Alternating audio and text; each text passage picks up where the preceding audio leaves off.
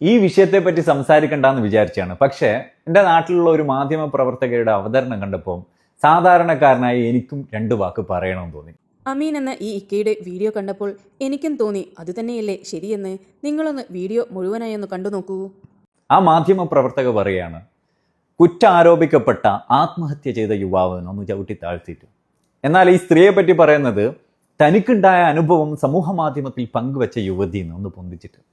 ആ വീഡിയോ കണ്ടാൽ കൃത്യമായിട്ട് നമുക്ക് മനസ്സിലാക്കാൻ പറ്റും അതൊരു കണ്ടന്റാണ്, റീച്ചിന് വേണ്ടിയിട്ടുള്ള എന്നുള്ളത്. അപ്പോൾ ഈ വീഡിയോ കണ്ടിട്ട് നിങ്ങൾ കുറ്റാരോപിക്കപ്പെട്ട എന്ന് പറയുന്ന മാധ്യമ പ്രവർത്തകരോട് എനിക്ക് പറയാനുള്ളത്, നിങ്ങൾക്ക് എന്തുകൊണ്ട് ചങ്കൂറ്റില്ല നിരപരാധിയായ യുവാവ് എന്ന് പറയാൻ? അയാളുടെ സോളിനെങ്കിലും ഒരു സമാധാനം കൊടുക്കണ്ടേ?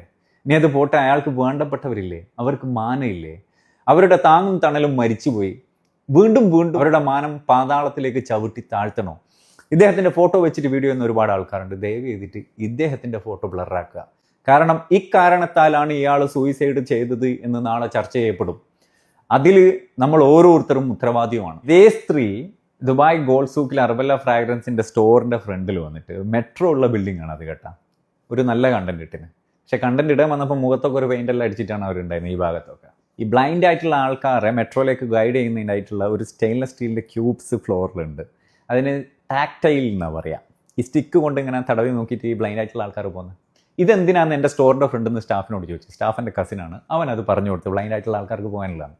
പിറ്റേന്ന് ഈ സ്ത്രീ ആ നല്ലൊരു കണ്ടന്റ് പോസ്റ്റ് ചെയ്യപ്പം കൊടുത്ത ക്യാപ്ഷൻ എന്താണെന്ന് വെച്ച് കഴിഞ്ഞാൽ, എൻ്റെ കസിനെ കാണിച്ചിട്ട് എൻ്റെ കൂടെ ഉള്ള ആളെ അറിയുന്നവരൊന്ന് ടാഗ് ചെയ്യണേന്ന്. അപ്പോൾ ഈ സ്ത്രീയുടെ ഒന്ന് രണ്ട് കണ്ടന്റ് ഞാൻ വേറെ നോക്കി നോക്കുമ്പോൾ ലോറി ഡ്രൈവറെ കുറ്റം, എല്ലാവരുടെയും ഒരു ആണുങ്ങളെ കുറ്റം, ഒരു മെയിൽ വിരോധം ഈ സ്ത്രീയുടെ പേഴ്സണൽ എക്സ്പീരിയൻസിൽ ഉണ്ടായിട്ടുണ്ട് എന്ന് തോന്നുന്നു. അത് എല്ലാ ആണുങ്ങളും മോശക്കാരാന്നുള്ള ഒരു ചിന്താഗതി അവരിലേക്ക് വന്നത് കാരണമാവാം. അല്ലാവല്ല, നമ്മളെ നാട്ടിൽ ബസ്സിലും പബ്ലിക് ട്രാൻസ്പോർട്ടിലും സഞ്ചരിച്ച സ്ത്രീകളോട് ചോദിച്ചു കഴിഞ്ഞാൽ അവരിൽ ഒരുപാട് പേര് സൈക്കോകളുടെ ശല്യം ഫേസ് ചെയ്തിട്ടുണ്ട്, നരമ്പ് രോഗികളുടെ. അതിൽ ഒരുപാട് പേര് പ്രതികരിച്ചിട്ടുണ്ട്. അത് പ്രതികരണം ഇത്തരത്തിലുള്ള ഫേക്ക് ഡ്രാമ ക്രിയേറ്റ് ചെയ്തിട്ടല്ല, ഫിൽറ്റർ ഇട്ടിട്ട് വീഡിയോ എടുത്തിട്ടൊരു നാടകമല്ല.